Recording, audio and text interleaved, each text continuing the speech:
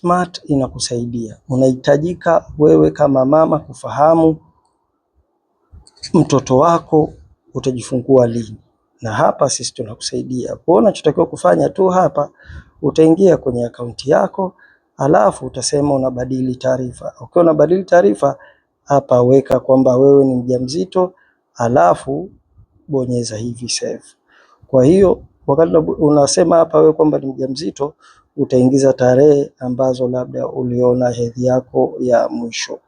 Sasa labda uliona tarehe 31 Disemba, alafu una save hapa. Ukija hapa kwenye ujauzito itakwambia kabisa hii ni wiki ya 9 na mtoto wako utajifungua tarehe 7 mwezi wa 10 mwaka 2026. Hivi ndivyo namna ya kutumia Uzazi Smart kufahamu umri na tarehe ya kujifungua. Pakua sasa.